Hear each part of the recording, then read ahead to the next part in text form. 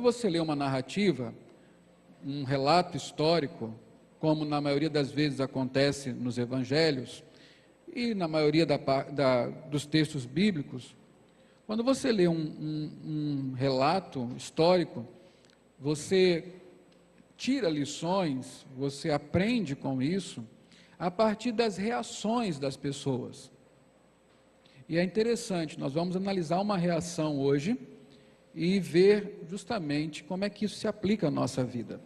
Então veja bem, só para recapitular, os versos 20 a 22. Diz o texto: chegada a tarde, pôs-se ele à mesa com os 12 discípulos. E enquanto comiam, declarou Jesus: em verdade vos digo que um dentre vós me trairá. Qual é a reação? E eles, os discípulos, muitíssimo contristados, começaram um por um a perguntar-lhe: porventura sou eu, Senhor? Então, uma hora triste, diz a palavra de Deus. Eles ficaram realmente abatidos no coração. Uma tristeza profunda apoderou-se daqueles homens. Qual a razão? A razão, melhor, quais as razões? Duas. A primeira, havia um traidor entre eles. Jesus seria entregue aos fariseus, Jesus iria ser preso, talvez eles não pensassem que Jesus fosse à cruz naquele momento, mas sabiam que ele ia ser preso, seria entregue aos fariseus, através das mãos de um deles. Isso por si só é muito triste. Pessoas que conviveram juntas, e como eu já falei, participaram das mesmas coisas, companheiros de jornada, seguidores de um mesmo mestre, um deles era o traidor. Mas a outra razão, e a principal razão para eles ficarem tristes naquele momento, é porque eles tinham uma dúvida no coração. E qual era a dúvida no coração? Será que esse traidor serei eu? Será que serei eu o traidor? Porque eles perguntaram desta maneira. A pergunta deles funciona mais ou menos, vou usar uma expressão que não é incoerente em si, mas é uma afirmação duvidosa. Como assim? A pergunta surge da seguinte maneira: mestre, não sou eu não, né? Ou sou? Seria melhor a tradução dessa maneira.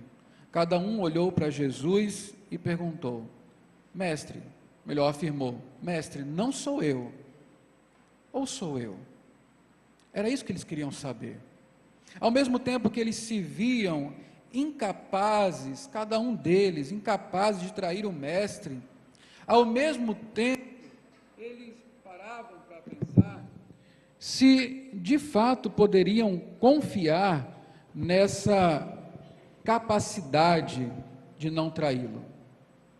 Eles confiavam, desconfiando.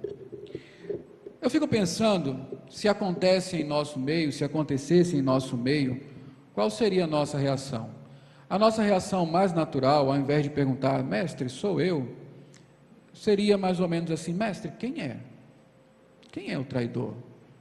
Diz para mim, Senhor, quem é que vai trair o Senhor? Eu quero pegar ele agora. Se nós tivéssemos assim o ímpeto de Pedro, né? Mas nem Pedro fez isso, pelo menos não nessa narrativa. Nós falamos: Senhor, quem é? Eu vou lá acertar a conta com esse cara agora.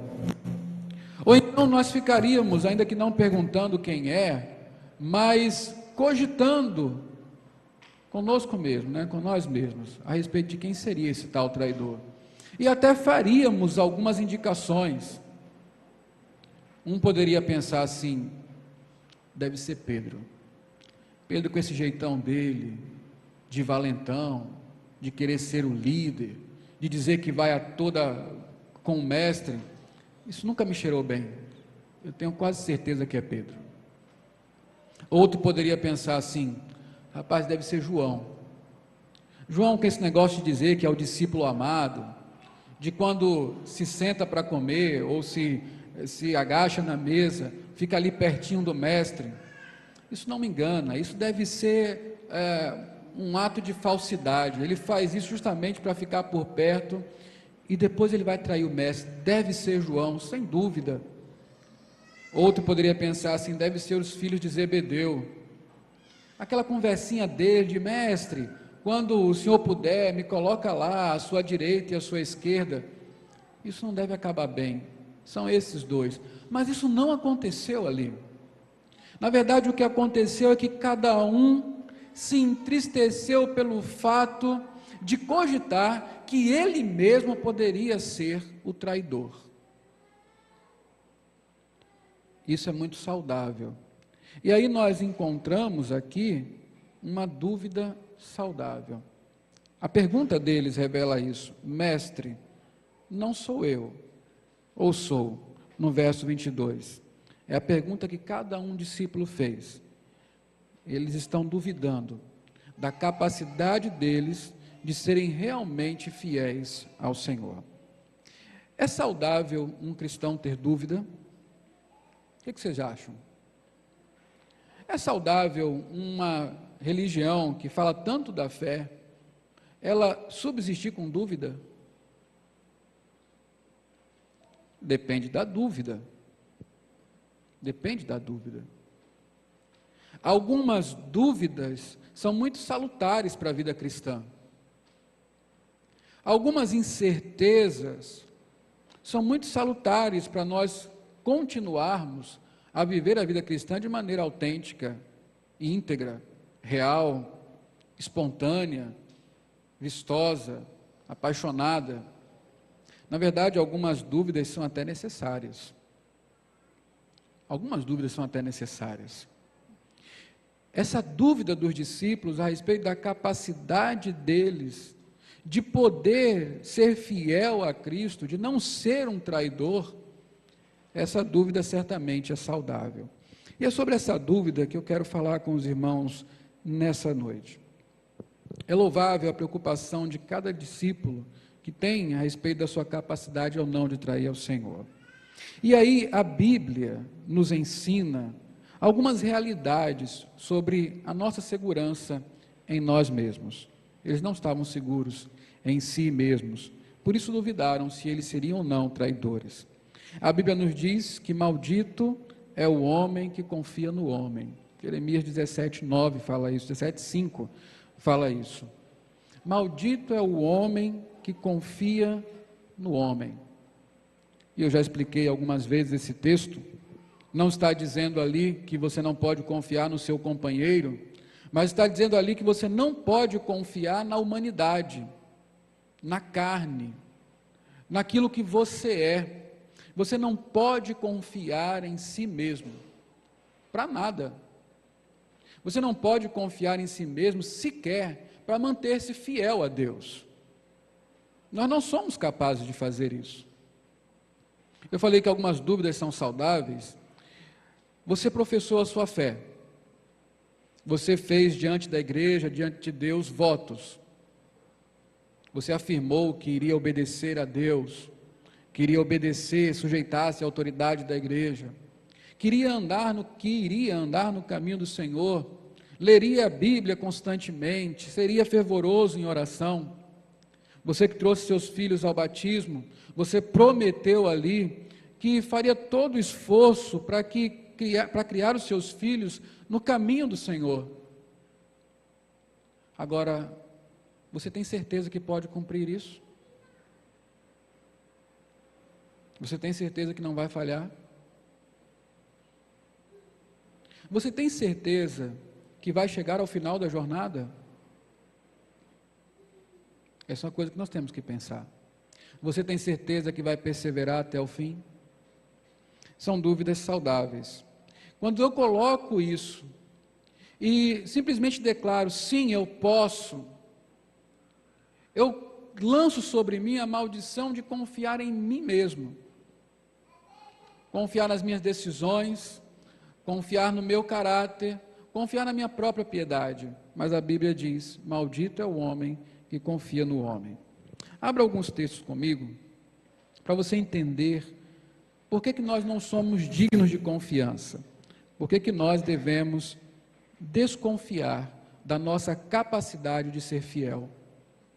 Ou ter a certeza de que nós temos o potencial para sermos traidores de Jesus Cristo? Jeremias 17:9, eu citei 17:5, agora 17:9, abra sua Bíblia aí. Jeremias 17:9. Abriu? Leia comigo. Enganoso é o coração, mais do que todas as coisas, e desesperadamente corrupto, quem o conhecerá? Esse é o coração de todo homem, tanto de um homem cristão, quanto de um homem não cristão. Todo coração é enganoso. Ele pode ser controlado por Deus, ele pode ser constrangido pelo amor de Deus, mas ainda assim ele é um terreno escorregadio. O coração do homem é enganoso. Prova disso é você ler Romanos 7 e ver Paulo, um homem extraordinário, um extraordinário cristão, dizendo: eu não entendo o meu modo de agir, eu faço o mal e faço o bem. Eu sou um cristão que ama a lei de Deus, mas ainda assim eu peco, eu não compreendo isso. Ele é vítima de um coração enganoso. Coração enganoso. Eu não posso confiar sempre nas intenções do meu coração. Eu não posso confiar sempre na firmeza do meu coração. Eu não posso confiar sempre nas afirmações que o meu coração faz a respeito de mim mesmo, a respeito de Deus e a respeito da minha fé. O meu coração não é um elemento seguro para determinar se eu vou ou não trair a Cristo. O meu coração é enganoso. Vamos ilustrar isto aqui. Abra 2 Samuel 12, de 1 a 7. A título de ilustração, eu vou trazer uma história bíblica de Davi, e você vai ver como é que uma pessoa pode se enganar profundamente a respeito de si próprio e da sua condição. Estamos falando de Davi. Os homens que estão aqui na classe de homens sabem que Davi é um homem que, segundo o próprio Deus, foi achado um homem segundo o seu coração. E veja como é que é um coração de um homem natural. Então preste atenção no que diz o texto. 2 Samuel 12, de 1 a 7. Diz assim: isso é depois que Davi adulterou com Betseba e matou o seu esposo. Então diz a palavra do Senhor: o Senhor enviou Natã a Davi. Chegando Natã a Davi, disse-lhe: havia numa cidade 2 homens, um rico e outro pobre. Tinha o rico ovelhas e gado em grande número, mas o pobre não tinha coisa nenhuma, senão uma cordeirinha que comprara e criara, e que em sua casa crescera, junto com seus filhos. Comia do seu bocado e do seu copo bebia, dormia nos seus braços e a tinha como filha. Vindo um viajante ao homem rico, não quis este tomar das suas ovelhas e do gado para dar de comer ao viajante que viera a ele, mas tomou a cordeirinha do homem pobre e a preparou para o homem que lhe havia chegado. Então o furor de Davi se acendeu sobremaneira contra aquele homem e disse a Natã: tão certo como vive o Senhor, o homem que fez isso deve ser morto. E pela cordeirinha restituirá 4 vezes, porque fez tal coisa e porque não se compadeceu. Então disse Natã a Davi: tu és o homem. Você entendeu como Davi estava enganado a respeito de si próprio? Os padrões de justiça dele estavam muito bem estabelecidos. Os seus critérios de avaliação estavam perfeitos. Ele só não conseguia aplicar a si mesmo esses critérios. Ele sabia que quem praticasse um crime daquele deveria ser morto. Que tamanha falta de compaixão, que desdém de um pobre, que injustiça cometida. Ele só não conseguia ver que ele fez aquilo. Ele só não conseguia ver que foi ele, o homem, que tinha a capacidade de fazer aquilo e fez. Ele até sabe que quem faz uma coisa dessa mereceria morrer. Ele só não conseguiu ver que ele era esse homem. Sabe por quê? Porque o nosso coração nos avalia para mais. O nosso coração nos justifica. O nosso coração pensa a nosso respeito mais do que é conveniente. E nos convence disso. Nosso coração não é apenas enganoso, mas ele é vaidoso. O nosso coração não é apenas enganoso e vaidoso, ele é idólatra. E o principal ídolo que está lá no coração da gente é o eu. E para o nosso coração nós somos bons demais. Somos incapazes de fazer mal a uma mosca. Somos incapazes de trair. O nosso coração nos avalia mal. É o que a Bíblia nos diz. E nos mostra através de exemplos. Eu queria que você abrisse um outro texto. João 2, de 23 a 25. João capítulo 2, de 23 a 25. Nesse texto nós vamos ver o conhecimento de Jesus sobre a natureza humana. Eu quero que você leia comigo esse texto. João 2, de 23 a 25. Vamos ler juntos? Estando ele em Jerusalém, durante a festa da Páscoa, muitos, vendo os sinais que ele fazia, creram no seu nome. Mas o próprio Jesus não se confiava a eles, porque os conhecia a todos, e não precisava de que alguém lhe desse testemunho a respeito do homem, porque ele mesmo sabia o que era a natureza humana. Segundo a avaliação de Jesus, a natureza humana não é digna de quê? De confiança. A natureza humana não é digna de confiança. Muitos creram em Jesus, mas Jesus não se confiou neles, porque ele sabe o que é a natureza humana. Meus irmãos, muito melhor do que nós, Cristo sabe quem somos e qual a capacidade que nós temos de fazer o mal, de traí-lo, de negá-lo. Confiando naquilo que Cristo falou e na sua avaliação, que é muito melhor do que a nossa, apoderando-nos do Evangelho, crendo no que está escrito, eu tenho que ter a certeza de que a minha natureza não é confiável. Não é confiável. Então, cabe muito bem para mim a pergunta: Senhor, uma vez que há traidores, eu sou o traidor? Eu lhe tenho traído? Eu tenho essa capacidade, eu sei que eu tenho. A sua palavra me mostra nisso, portanto, Senhor, que não seja eu, tenha misericórdia de mim. Essa é uma postura correta. Agora, como é que nós, irmãos, sabendo que somos assim, como é que nós podemos, então, não trair o nosso Redentor? Essa é uma boa pergunta que deve ser respondida.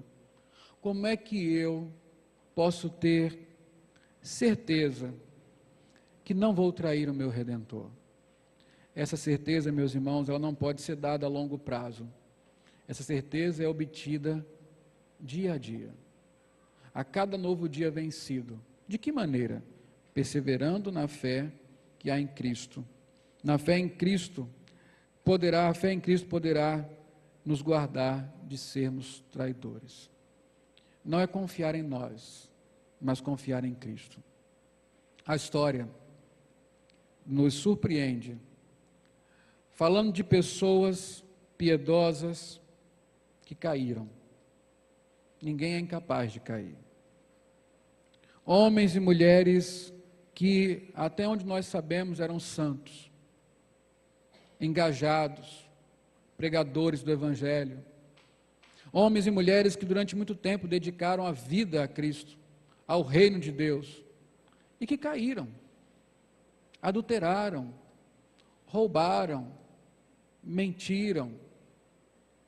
Não estou falando desses aí não, que se dizem cristãos, estão sempre envolvidos em escândalos. Estou falando de gente séria, que era digna de admiração e que caiu.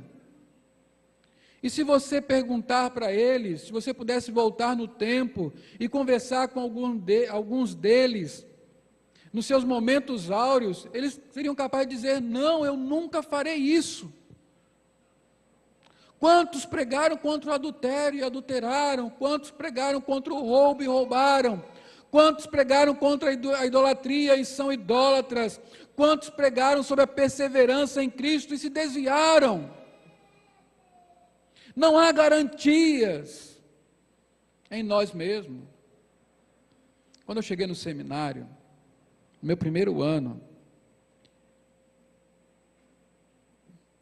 chegou ao fim uma fase da Igreja Presbiteriana do Brasil. Aqui era conhecida como a era do Caio Fábio. Aqueles que têm mais vivência na história da igreja puderam acompanhar de perto o ministério deste homem. Um ministério poderoso, de almas transformadas por meio da pregação daquele homem.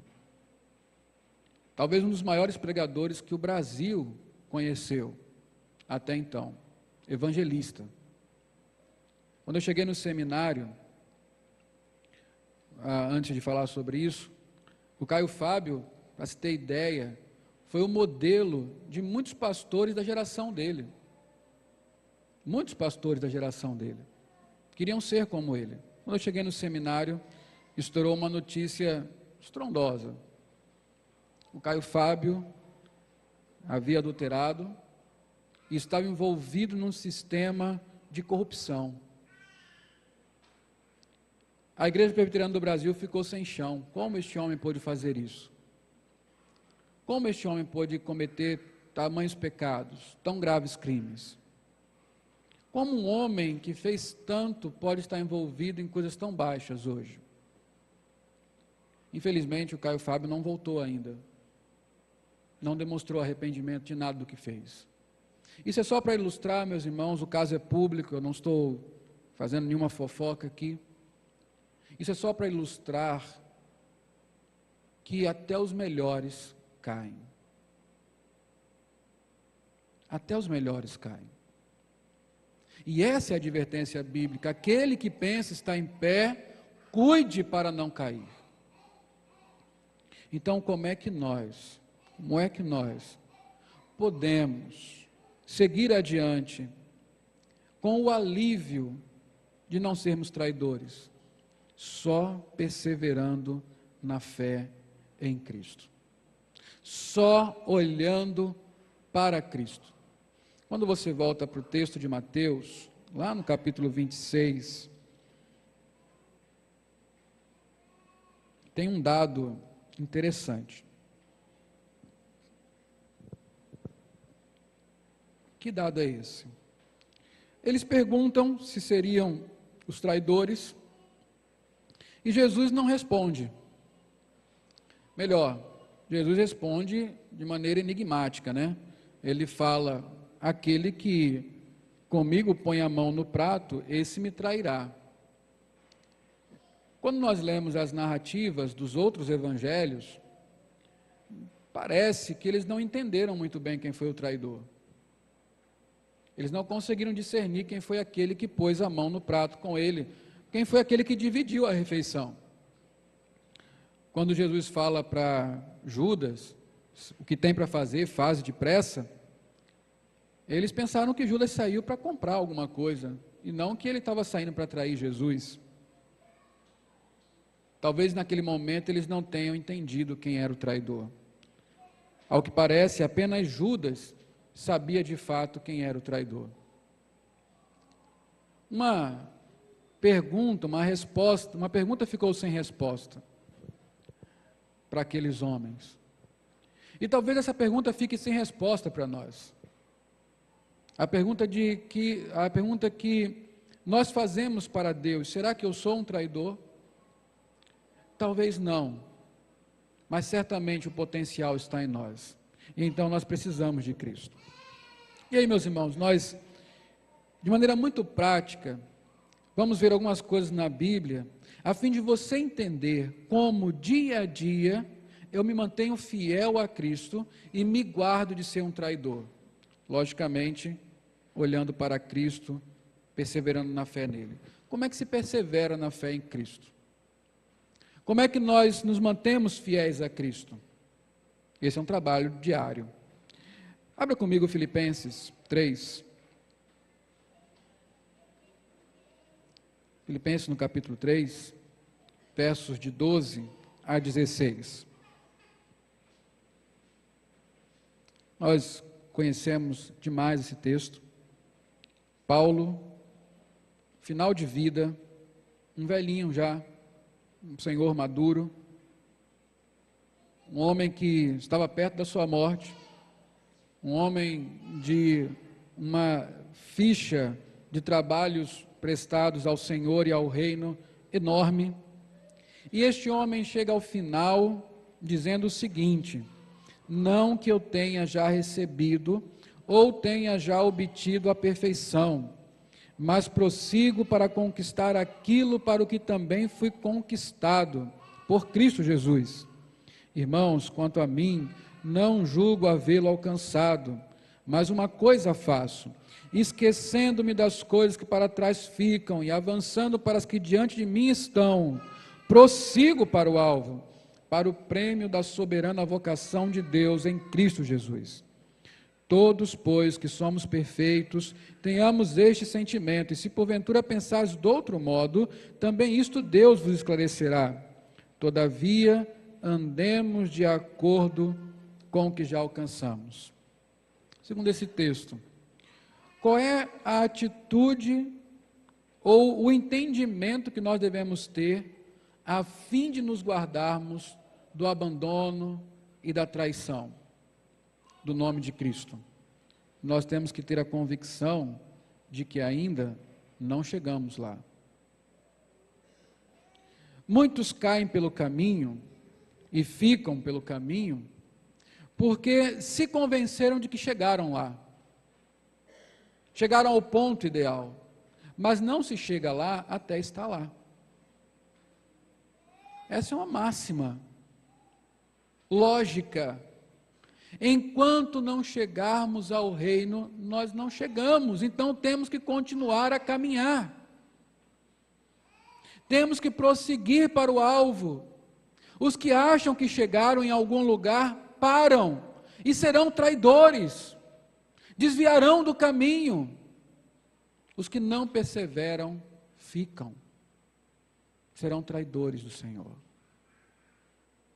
A grande convicção nossa é esta mesmo: somos peregrinos, estamos em jornada, o caminho não terminou.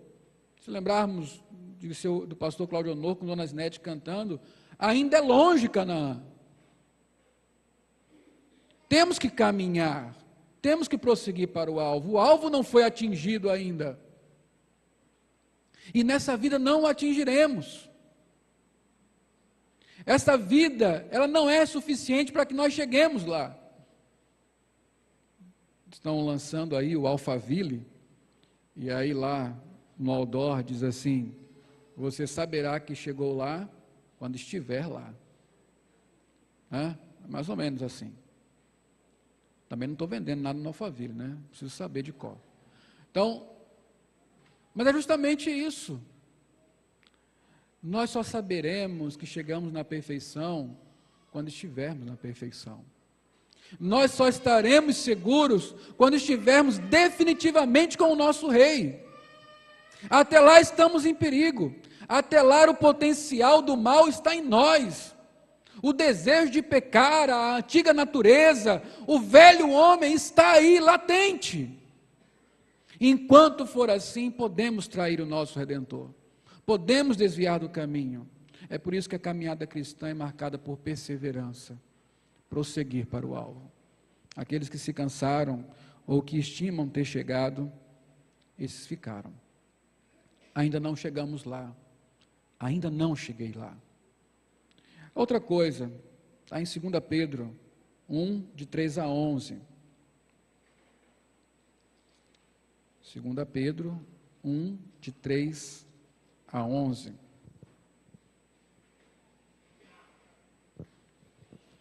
É uma coisa que nós temos que identificar na nossa vida. Diz assim o texto: visto como, pelo seu divino poder, nos têm sido doadas todas as coisas que conduzem à vida e à piedade, pelo conhecimento completo daquele que nos chamou para a sua própria glória e virtude, pelas quais nos têm sido doadas as suas preciosas e muito grandes promessas, para que por elas vos torneis coparticipantes da natureza divina, livrando-vos da corrupção das paixões que há no mundo. Por isso mesmo, vós, reunindo, presta atenção nisso, como é que um cristão vive a fim de certificar-se que não trairá o Redentor. Por isso mesmo, vós, reunindo toda a vossa diligência, associai com a vossa fé a virtude, com a virtude o conhecimento, com o conhecimento o domínio próprio, com o domínio próprio a perseverança, com a perseverança a piedade, com a piedade a fraternidade, com a fraternidade o amor. Por quê? Porque estas coisas, existindo em vós e em vós aumentando, fazem com que não sejais nem inativos, nem infrutuosos no pleno conhecimento do nosso Senhor Jesus Cristo. Pois aquele a quem estas coisas não estão presentes é cego, vendo só o que está perto, esquecido da purificação dos seus pecados de outrora. Vamos ler juntos agora? Por isso, irmãos, procurai com diligência cada vez maior confirmar a vossa vocação e eleição, porquanto, procedendo assim, não tropeçareis em tempo algum. Pois desta maneira é que vos será amplamente suprida a entrada no reino eterno de nosso Senhor e Salvador Jesus Cristo. Amém. Progresso e confirmação. Confirmação que vem pelo progresso. Pedro está falando aqui de virtudes que se associam uma a outra em nossa vida, que devem estar presentes em cadeia, e não apenas presentes, mas aumentando. E é justamente esta presença dessas virtudes e o aumento delas que nos dará a convicção de que estamos caminhando corretamente diante do Senhor. Algumas perguntas. A sua fé é mais forte do que era há alguns anos atrás? Mais madura?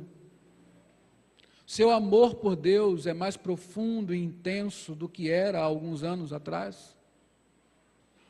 A qualidade da sua vida de santificação é melhor do que era alguns anos atrás? A comunhão que você tem com os irmãos hoje é maior e mais profunda do que era há tempos atrás? Você sabe perdoar melhor? Você é mais generoso? Você é mais fiel? Você é mais obediente a Deus? Você é mais submisso à sua palavra? Essas coisas estão aumentando em você? Você tem certeza de que está progredindo? Se você não tem certeza de que está progredindo, você não está parado, você está regredindo. Está a um passo de trair o Redentor. Está a um passo de deixar o caminho e voltar atrás. Meus irmãos, a vida cristã é uma exortação a que nós busquemos nos convencer de que somos salvos dia a dia. Eu sou um calvinista de 5 pontos. Essa é a minha convicção teológica. Creio plenamente que uma vez que uma pessoa é salva, ela será salva eternamente. Ela não pode perder a salvação, mas não sou um acomodado. Não sou um acomodado. Dia a dia eu sou impelido a me questionar e perguntar: de fato eu vivo como um crente, como um eleito de Deus, como alguém que foi à cruz com Cristo? Eu vivo à sombra dessa cruz? É ela que me constrange, é ela a minha motivação para viver, para servir, para amar, para crescer. Se não há progresso, se não há confirmação, há perigo. Tem que se acender uma luz vermelha, uma buzina tem que soar. Perigo! Talvez eu e Judas estejamos no mesmo caminho. Um último texto, para nós encerrarmos. Nós já vimos duas coisas. A certeza de que não chegamos lá, progresso e confirmação são coisas necessárias para nós sabermos que estamos sendo fiéis a cada dia ao nosso Redentor. Hebreus 12, de 1 a 3, por favor, abra nesse texto.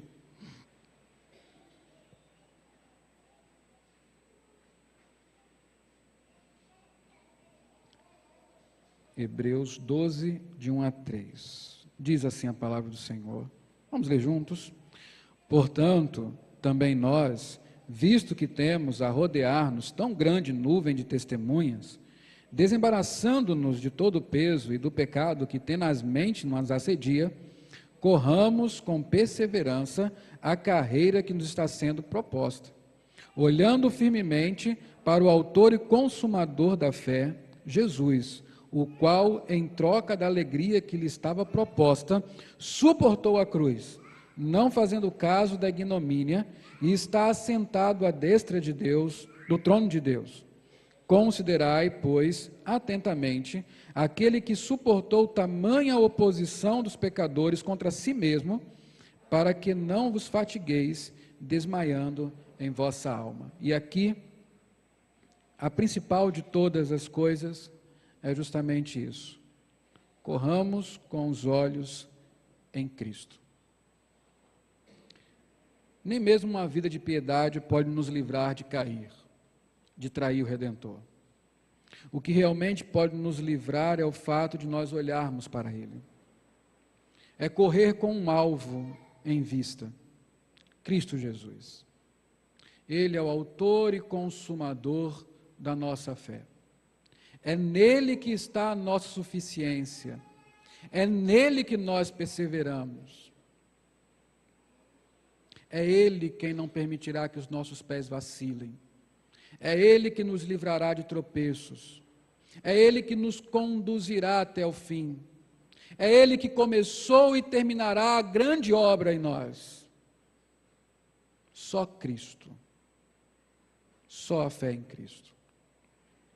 Nos diz aqui, e aí tem tudo a ver com este dia em especial, porque o texto nos remete à cruz, ao Cristo sofredor, que sofreu a ignomínia, o vexame, a dor, a cruz, a oposição dos pecadores. E a Bíblia nos manda, o escritor aos Hebreus nos manda olhar para este, que a despeito da ignomínia, a despeito da cruz, da oposição, prosseguiu, foi até o fim, e hoje está à destra de Deus. O que não morreu apenas, mas morreu e ressuscitou. Como cantamos agora há pouco. E é justamente isso que está reservado àqueles que perseverarem até o fim. Aqueles que olharem para Cristo, entendendo que são fracos, entendendo que não podem suportar as pressões da própria carne, do mundo e do diabo, que precisam perseverar, que precisam correr, que precisam olhar para o alvo, que precisam convencer-se a cada dia de que estão realmente salvos. E a despeito das lutas que possamos passar, da oposição, se os nossos olhos estiverem em Cristo, nós venceremos. Nós não trairemos, mas estaremos com Cristo aos seus pés, aonde Ele nos mandar. É isso que nós queremos, é isso que nós devemos desejar. Por isso nós precisamos da misericórdia de Cristo. E aí olhar para a cruz, onde Cristo venceu seus inimigos, nos faz saber que nós também podemos vencer com Ele. Lá na cruz, Jesus derrotou a morte, derrotou o inferno, o diabo e o mundo. São esses os nossos inimigos.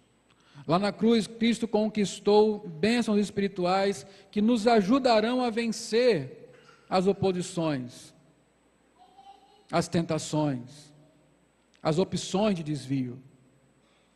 Por isso, temos que olhar para Cristo. Essas três coisas juntas nos garantirão, um dia de cada vez, que continuaremos até o fim em fidelidade ao nosso Redentor. Que Ele se apiede de nós e nos sustente na caminhada. Amém? Curve sua cabeça. Ore ao Senhor. Nada mais cabido para o momento do que clamarmos por misericórdia. Potencialmente somos traidores, mas de fato não somos, se Cristo nos sustentar, se Ele nos fizer perseverar, e se nós dispormos o nosso coração a vivermos em busca de chegar lá no alvo, de progredir em santidade e confirmar nossa vocação, com os olhos fitos naquele que não apenas nos deu a fé, mas que também é quem a recebe e que nos devolve em graça, misericórdia e amor. Ore ao Senhor.